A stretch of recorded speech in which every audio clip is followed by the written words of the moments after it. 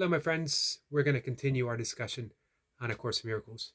And the past 3 days, um, I've been rereading chapter 9. That is the acceptance of the atonement. The atonement is simply the undoing of our misperception of the world, the undoing of how we view the world, and bringing us back to the reality of love. And we do that through the process of forgiveness. Technically speaking, we don't do it. We turn forgiveness over to the Holy Spirit, to love, to God. And chapter 9, part of it, the Holy Spirit's plan of forgiveness, just captures this so beautifully. I have a hard time picking exactly what I want to read. So we're going to read through it, maybe just a little section at a time, or a couple sentences from each section. I don't know. We'll find out as we go through it. But here's the thing. I'm going to do it the same way I've been reading the text, which is a very intuitive approach right now. I've read it from beginning to end. And I've done the workbook all the way through. Now I'm holding I'll admit, the times when I picked up the text and read it from the beginning to the end have been very dry. Bit of a struggle. But right now, doing it very intuitively, everything that leaps out to me as I go through the index or I leaf through the pages has been on point and has spoken to me in a living fashion. The words actually enter my bloodstream, speak to my bones, cause my heart to beat faster. It's an amazing process.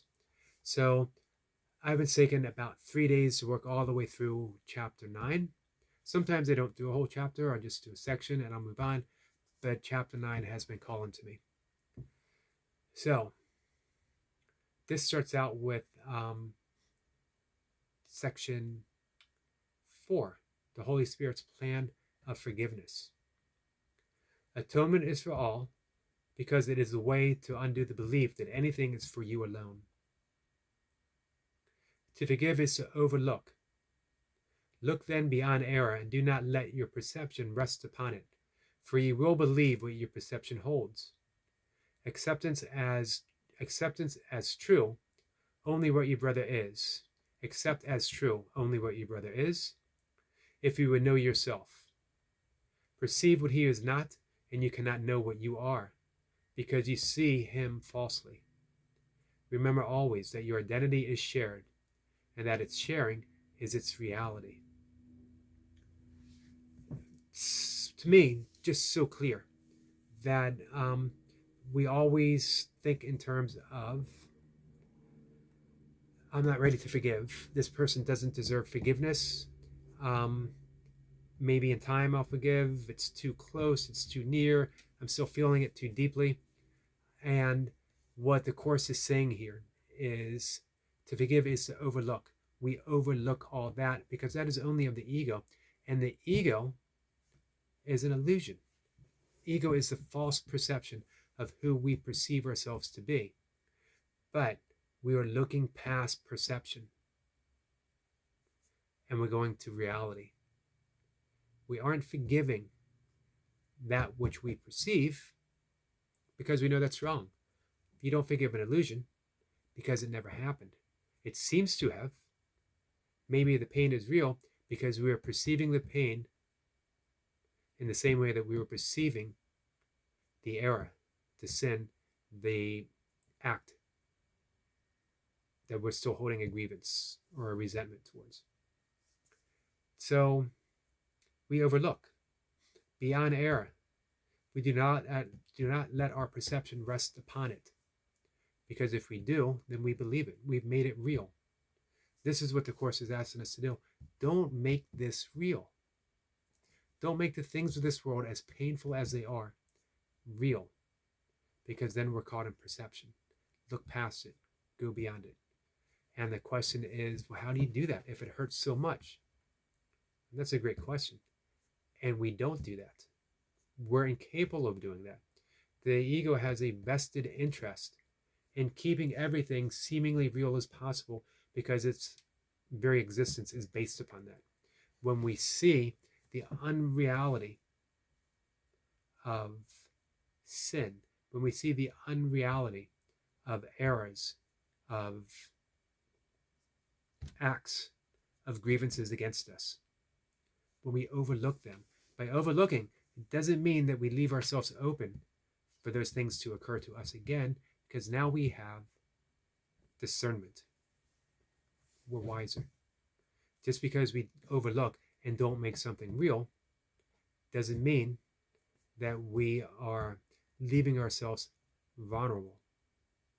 In a sense, we truly are.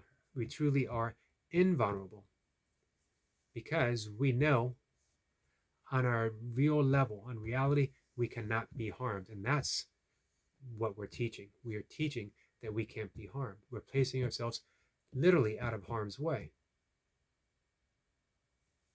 But if we accept those perceptions of our brother or sisters as being true, then we have to see that same in ourselves. Perceive what he is not, and you cannot know what you are. So if I perceive the things that he isn't, which is a sinner, which is someone who has committed these acts against me or others, if I make them real, I'm making it real within myself. And if I've made it real within myself, then I can't see who I truly am. I miss my truth.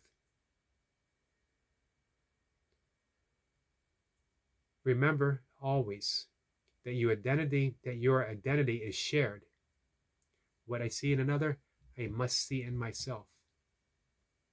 And of course, I refuse to recognize that, which just adds to the guilt, which adds to my projections, which cause me to perceive a world of guilt and fear. And that it's sharing that non-reality becomes reality, at least the reality of our perception. So, you know what? I think that alone is enough. However, it goes on. Section 2, we'll go a little bit further, just a little bit.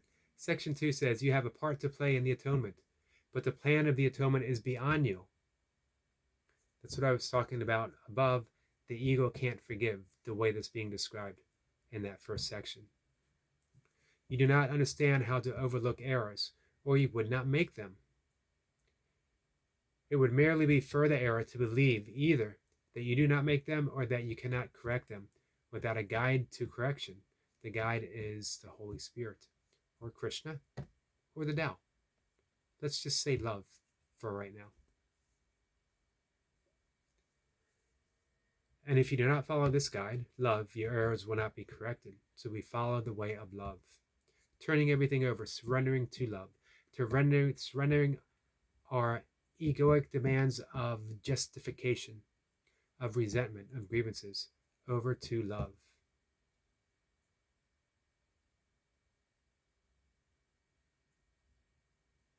So, I hope this helps. I hope this opens people up to a sense that forgiveness is not only possible, it's a necessity for you to know who you truly are, which is open, spaciousness, unconditionally loving. We forgive. Without it, we are trapped in a world of our perceptions. And look around. What do you perceive? Do you want something better? You can have it. You just need to claim it. My friends, until tomorrow, take care.